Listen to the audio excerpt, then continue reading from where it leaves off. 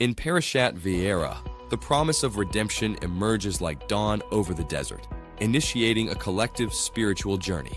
In Egypt, oppression prevailed, with monuments casting heavy shadows over a subjugated people. The Nile is stained with darkness. Heavy skies reflect the collapse of the Egyptian order. The redemption breaks chains, opens doors, and lifts eyes towards freedom.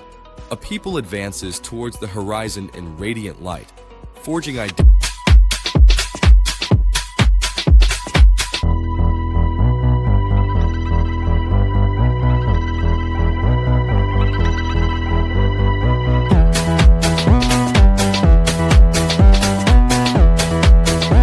Shalom, shalom. Thank you so much for being with us again. Today we have one of those classes that leave a lasting impression.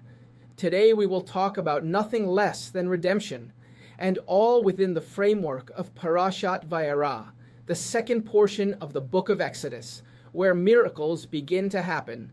The first 7 plagues of Egypt, and other things that give us signs, simanim, of collective salvation, because that's what redemption is, isn't it? Let's start with a basic question, but at the same time, more uncomfortable than we think. What is redemption, really? A miraculous instant? A spectacular escape? A rapture to the clouds? Or is it a long, uncomfortable, and profoundly social and political process? Is it miraculous, or is it natural? Because the Torah, curiously in this weekly portion that we all study worldwide at the same time, does not begin the redemption with an exodus, but with a definition. In Vaera, God doesn't change the plan, He changes the method. He goes from promising to fulfilling. He moves from the future to the archives of history. The revelation ceases to be a discourse and becomes a historical and real process. And that is why today we are not going to talk about the redemption as a single event. We are going to explain something much more demanding. The 4 phases of redemption. 4 verbs, 4 movements, 4 stages of a carefully designed program. Moreover, 4 cups of the Passover Seder. One of those cups, by the way, the one that, according to the Gospels, Jesus or Yeshua drank and made a declaration about his blood. And from this have arisen doctrines of the Holy Mass, for example, in Catholic Christianity. But when you see the Hebrew background of what redemption means in its 4 phases, which is why, I repeat, there are the 4 cups of the Passover Seder, you will understand many things that are there in the text, in the Bible, in the Torah, and in the Gospels. But because you lack the context, which is the oral tradition explicitly found in the Mishnah, you may miss part of the message. I'll tell you in advance that first the burden is broken, then the bondage is dismantled. Afterward, the public rescue takes place, with judgment and humiliation of the oppressor. And only at the end does the most difficult part occur, becoming a people with identity and a covenant. Without that 4th phase, there is no redemption. There is only escape. And this framework was not confined to Egypt. This language remained alive centuries later when Rome occupied the land and many began to wonder if the Exodus could be repeated. Because there is something impressive here that you should know right now. Remember that there is a prophecy of the redemption of the world, a future redemption that will eclipse that of Egypt. The prophet Jeremiah says in chapter 16, verse 14 to 15, "Therefore, behold, the days are coming, declares Hashem, when it will no longer be said, as surely as Hashem lives, who brought the Israelites up out of the land of Egypt, but as surely as Hashem lives, who brought the Israelites up out of the land of the north, and out of all the lands where he had banished them. For I will bring them back to their land, which I gave to their ancestors." So, here there is a direct theological meaning. The future redemption will be global. It is not about a single country, Egypt, as the Torah narrates in the first redemption, but about all the lands of exile. This implies worldwide dispersion and worldwide return, not only of the tribe of Judah, but of all 12 tribes of Israel. The Exodus does not disappear, but it is eclipsed. The text does not say that Egypt will be forgotten in a literal sense, but that it will cease to be the main point of reference. Collective memory will be reordered. And there is a historical paradigm shift. The Exodus was the foundational act of Israel. The final redemption will be the culminating act of human history, with the revelation of the Messiah, Son of David, and the establishment of Hashem's kingdom on earth. This is striking, and here we see the importance of studying the Geulah, the Hebrew word for redemption in the Torah, and being able to understand the codes, the messages that the Torah itself tells us about redemption, so that we may stand upright and attentive to the events that are happening in our times. Now, in this class, we also have another gem, to understand what a false redemption is, because history has also given us these lessons. It is no coincidence that in Bnei Brak, a city in Israel in the 2nd century, and which still exists today, 5 giants of rabbinic leadership of the Mishnah spent the entire night recounting the Exodus from Egypt. Among them, Rabbi Akiva, the same Akiva who, according to an explicit tradition, proclaimed Bar Kokhba as the Messiah. Was that Seder a conspiracy? The official history doesn't acknowledge it, but some of us think it might have been a possibility. We don't know for sure, but we have a feeling. But we do know this: when the narrative of redemption is activated in times of oppression, it ceases to be innocent liturgy. Today, we are going to enter that territory with rigor and from a Hebrew and academic perspective, which is our hallmark. Understanding that biblical redemption is not magic, and this should be the main message for parishioners today. Magic and miracles are not the same thing, at least not in the Hebrew mind, although they are in the Greek mind. But here we study the Bible. We don't study Homer's Odyssey or the gods of Olympus. Pay attention. A Hebrew mindset connects you with the Hebrew texts, and you begin to see things that you will never, ever forget. And once you see them, you can't unsee them. Don't go anywhere. We're just getting started. This class is just beginning. Now, Parashat Vaera opens with a decisive theological statement. God presents himself as Yud, He, Vav, He, that is, with the tetragrammaton, and contrasts this revelation with that of the patriarchs as El Shaddai, according to Exodus 6:2-3. The point is not merely another name of God among the 72 names by which he reveals himself throughout the Bible, but a different mode of relationship, from promises sustained over time to specific individuals, namely the patriarchs, to the historically verifiable fulfillment with a nation. The 11th century exegete Rashi explains that the patriarchs received promises under El Shaddai, but the manifestation of Yud, He, Vav, He is linked to the actual fulfillment of what was promised out of mercy, because the tetragrammaton is basically the opposite of Elohim. Elohim represents rigorous manifestations or laws, and the tetragrammaton represents mercy. So here we learn something basic and simple. Redemption is by grace, by mercy, period. Without it, it is not possible. Ramban Nachmanides, the 13th century Catalan Kabbalist, observes the subtlety of the verse and discusses the phrasing, I was not known, or I did not make myself known, indicating that the issue is the experience of the attribute associated with the name, rather than a superficial nominal detail. Thus, in this Parashat Vaera, redemption is defined as a process in which revelation becomes history. That is, real and public. We are simply witnessing a transition from a God who revealed himself to Abraham, Isaac, and Jacob through individual providence, with dreams and private miracles, to a God who begins to reveal himself publicly, to the nations, to Egypt, and with miracles that everyone could see. So here we learn something. Every time a different name of God appears in the Bible, it means that his manifestation changes. Now, something very important. In biblical Hebrew, the word Geulah is related to Goel, the rescuer, or better translated as the Redeemer, who in the Exodus, as we know, was Moses, who intervened to fulfill the promise made to Abraham. In Exodus 6:6, the word vegaalti appears, which has the root gal, meaning redemption, along with outstretched arm and great judgments. It doesn't describe an escape, but a rescue accompanied by a sentence against the oppressor. It's not an escape, it's not an abduction, it's a redemption. Here's a key point. Geula is not simply leaving, like escaping, fleeing, or moving, or emigrating. No, nothing of the sort, because all these words have their equivalents in Hebrew, and the Torah doesn't say that. Geula is a change of status, from property, from servitude to belonging, to covenant, in freedom, but not in licentiousness.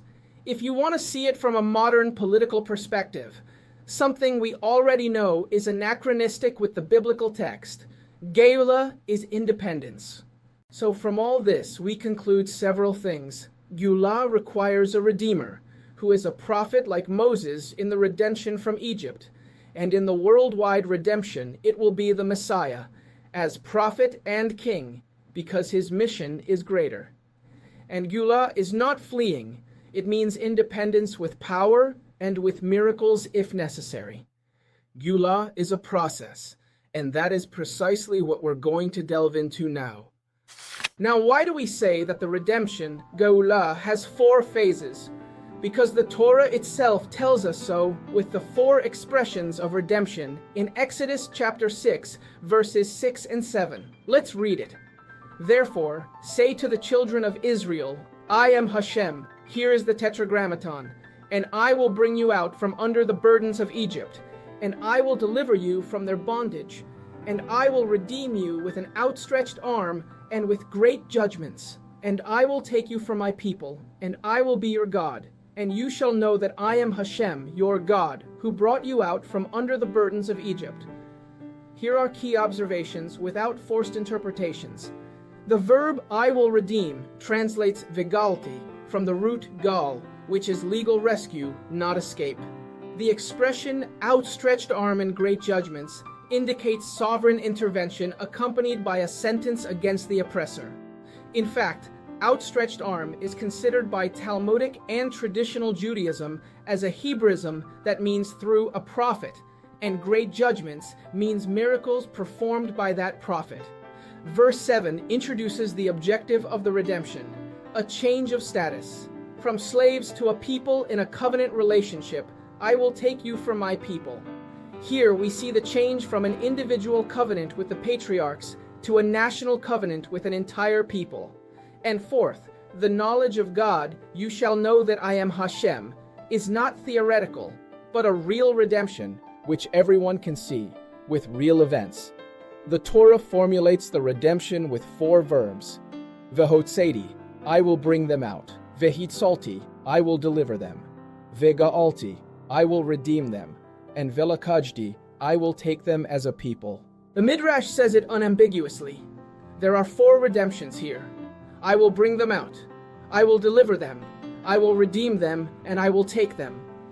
Vehotzeiti is the breaking of the burden, initial cessation of the oppression. The physical burden is broken.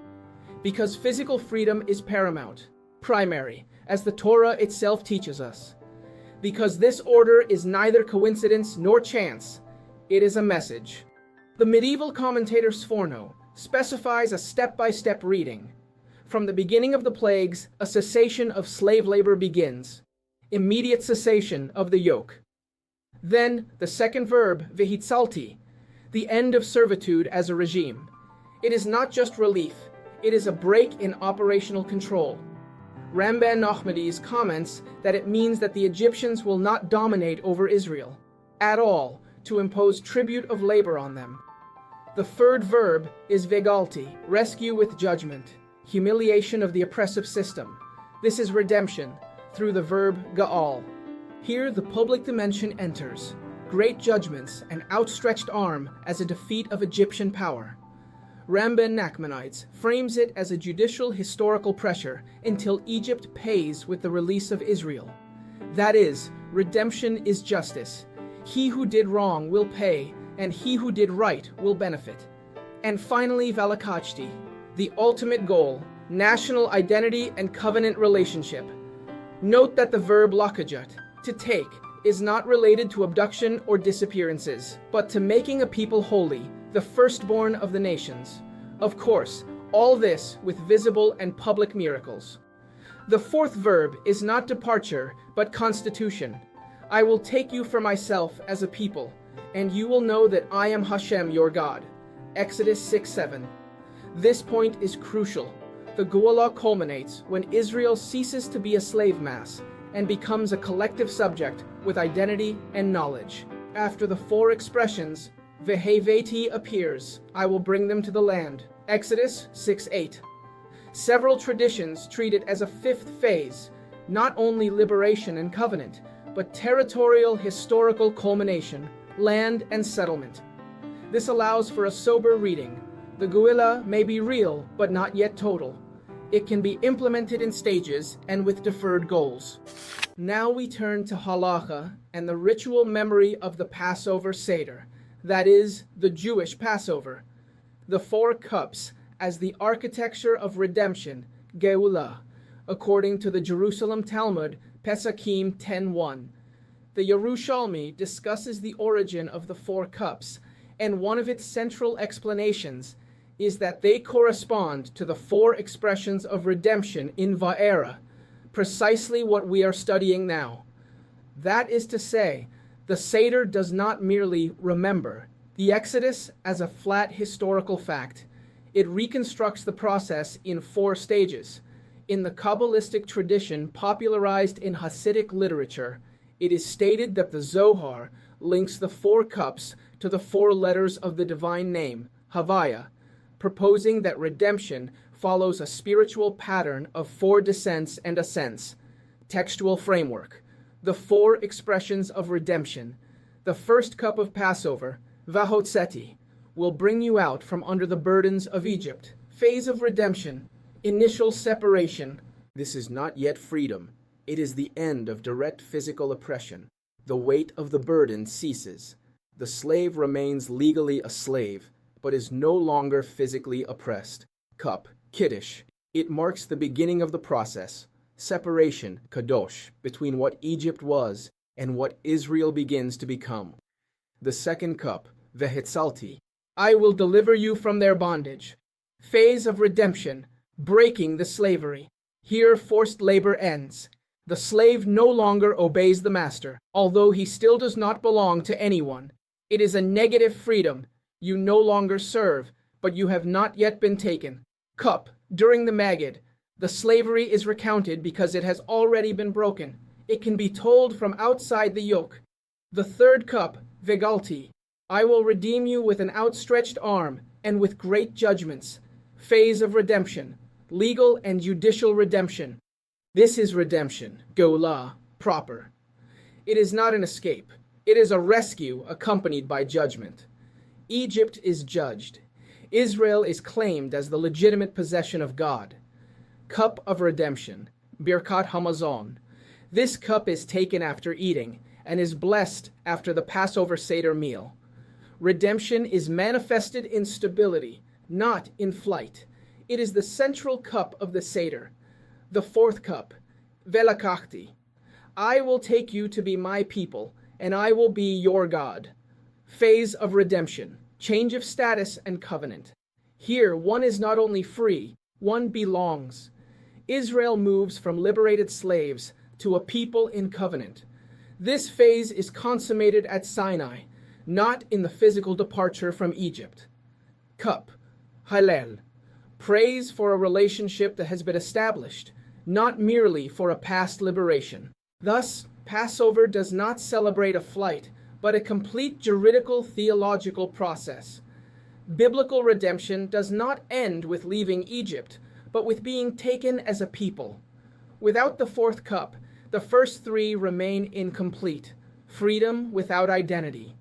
Although this is not the subject of this class, and I would like to address it at some point, you can already interpret, for example, the cups of revelation in relation to the cups of the Passover Seder. because there is a close connection between them, even though the number of cups changes. That change has its reasons. One should not assume that there were always 4 cups in the Passover Seder. As we saw today, there was also a tradition of a 5th cup, and likewise, during the Second Temple period, there were other traditions among different Jewish groups of that time.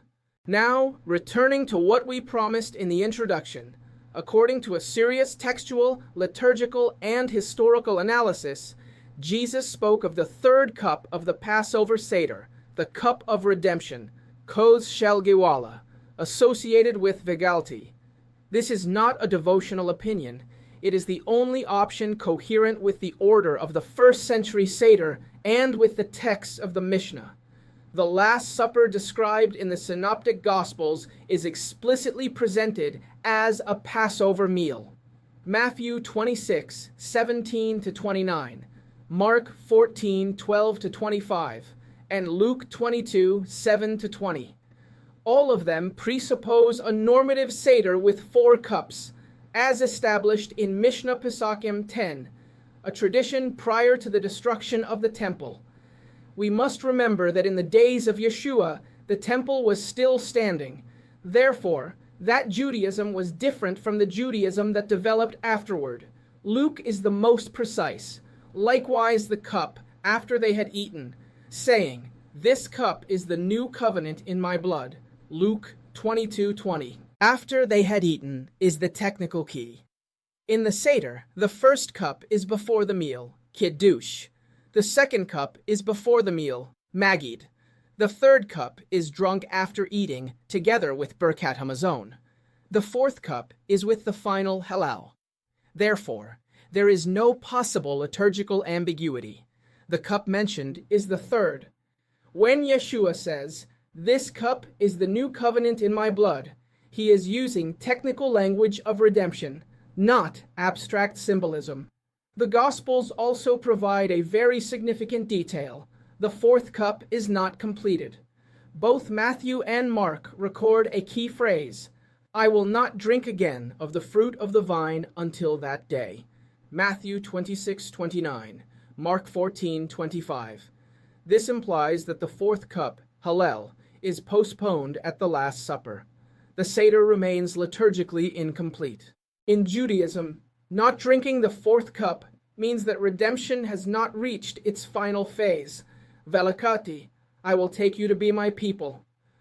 This is internally consistent with the narrative, regardless of later theology. It is also a message that those unfamiliar with Judaism, especially the Judaism of the Second Temple period, do not understand. But one who knows Halakha understands what the Jewish evangelists, the disciples of Yeshua, are conveying, that redemption would not be achieved in that generation. It must be understood that Jesus was not inventing a new rite at that moment.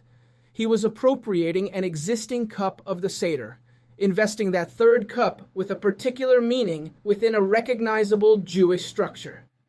He was teaching through the traditions of the oral law, the Mishnayot, as a rabbi of his time. Now we move on to another of the most famous Passover Seders, perhaps the most famous in the world after the Last Supper of the Gospels, and that is the Seder of Bnei Brak, and Rabbi Akiva's possible connection to the Bar Kokhba revolt after that dinner. First of all, you should know that this Seder of Bnei Brak is the most famous in the rabbinic tradition. It is the one you read today in the Haggadah every year. The core of the entire debate is a liturgical rabbinic account that appears in the Haggadah and with a Talmudic basis about a Seder in Bnei Brak. It happened that Rabbi Eliezer, Rabbi Yehoshua, Rabbi Elazar ben Hazariah, Rabbi Akiva, and Rabbi Tarfon were reclining in Bnei Brak, and they were recounting the exodus from Egypt all that night, until their students came and said to them, "Rabbis, the time has come to recite the morning Shema, a piece that connects Akiva with Bar Kokhba. Here there is an explicit source, is a tradition that comes to us from the Jerusalem Talmud. When Rabbi Akiva saw Bar Koziba, Bar Kokhba, he said, 'This is the King Messiah.' Rabbi Yohanan ben Torda replied, 'Akiva, Grass will grow on your cheeks, and yet the Son of David will not have come. This is key for two reasons. It confirms that, at least in this tradition, Akiva messianically legitimized Bar Kokhba, and it shows that there was no rabbinic consensus. There was strong internal opposition. There is a minimal historical context to understand why this reading is plausible.